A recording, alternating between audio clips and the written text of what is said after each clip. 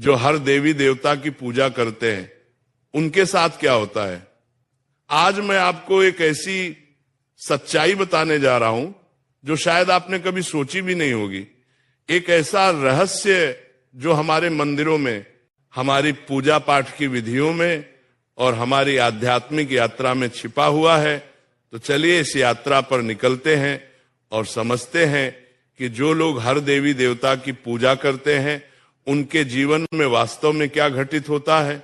कल्पना कीजिए एक व्यक्ति की जो सुबह उठकर सूर्य देव को नमन करता है, फिर गणेश जी की आरती करता है, फिर शिव जी का ध्यान करता है, दोपहर में लक्ष्मी माता की पूजा करता है, शाम को हनुमान जी के मंदिर जाता है और रात को दुर्गा माता का पाठ करता है।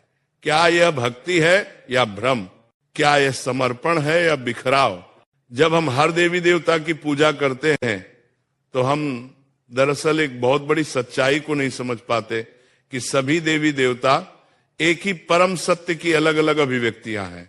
जब एक साधक अलग अलग देवताओं की पूजा करता है तो उसका मन विभिन्न दिशाओं में भटकने लगता है। ये ऐसा है जैसे एक व्यक्ति एक साथ कई नावों पर सवार होने की कोशिश करे, अंततः वह किसी भी नाव से अपने गंतव्य तक नहीं पहुंच पाता। लेकिन इसका मतलब यह बिल्कुल नहीं है कि विभिन्न देवताओं का सम्मान नहीं करना चाहिए।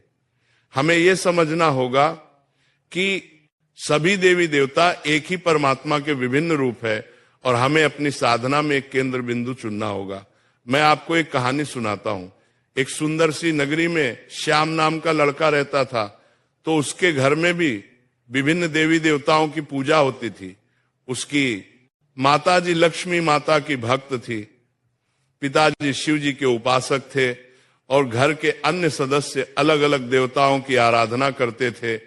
लेकिन जब श्याम ने अपने गुरु श्री से इस विषय पर चर्चा की तो उसे एक अद्भुत सत्य का ज्ञान हुआ।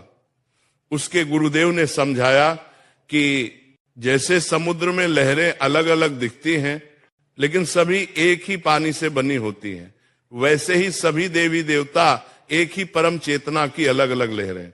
जब एक व्यक्ति हर देवी देवता की पूजा करता है बिना इस गहरी समझ के तो उसकी आध्यात्मिक ऊर्जा बढ़ जाती है। ये ऐसा है जैसे सूर्य की किरणों को अलग अलग दिशाओं में फैला दिया जाए। वे प्रकाश तो देंगी लेकिन उनमें वह तीव्रता नहीं होगी जो एक बिंदु पर केंद्रित किरणों में होती है। जब हम एक आवर्धक लेंस से सूर्य की किरणों को एक बिंदु पर केंद्रित करते हैं तो वे आग पैदा कर सकती हैं। ठीक उसी प्रकार जब हम अपनी भक्ति और साधना को एक केंद्र पर एकाग्र करते हैं तभी हम आध्यात्मिक परिवर्तन की उस गहराई को प्राप्त कर सकते हैं जो हमें परमात्मा की अनुभूति करवाती है। लेकिन यहां एक बहुत महत्वपूर्ण बात है जिसे समझना जरूरी है। सभी देवताओं के प्रति सम्मान और श्रद्धा होनी चाहिए, लेकिन साधना के लिए हमें एक इष्ट देव चुनना होगा। ये इष्ट देव हमारे लिए परमात्मा तक पहुंचने का माध्यम बनता है। जैसे एक पहाड़ की चोटी पर पहुंचने के लिए कई रास्ते हो सकते हैं लेकिन हमें एक रास्ता चुनकर उस पर चलना होगा। ठीक वैसे ही आध्यात्मिक यात्रा में भी हमें एक मार्ग चुनना होता है। अब आप सोच रहे होंगे कि फिर उन लोगों का क्या जो हर देवी देवता की पूजा करते हैं। ऐसे लोगों के साथ कई चीजें होती हैं। पहली बात, उनका मन हमेशा चंचल रहता है, वे एक जगह स्थिर नहीं हो पाते। आज वे गणेश जी की भक्ति में लीन होते हैं, कल हनुमान जी की आराधना में, परसों दुर्गा माता के मंत्रों में। इस निरंतर बदलाव से उनकी आध्यात्मिक ऊर्जा कभी एक बिंदु पर केंद्रित नहीं हो पाती। यह ऐसा है जैसे एक किसान हर दिन एक नया बीज बोए लेकिन किसी एक पौधे को बढ़ने का समय ना दे, अंततः उसे कोई फसल नहीं मिलती। दूसरी बात जो है भक्ति की गुणवत्ता। जब हम अपनी भक्ति को कई दिशाओं में बांटते हैं तो हर दिशा में हमारी भक्ति की गहराई कम हो जाती है।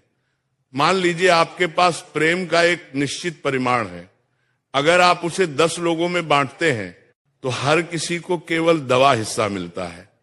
लेकिन अगर आप उसी प्रेम को एक व्यक्ति को देते हैं तो उसकी तीव्रता 10 गुना हो जाती है। आध्यात्मिकता में भी यही सिद्धांत लागू होता है। जब हम अपनी संपूर्ण भक्ति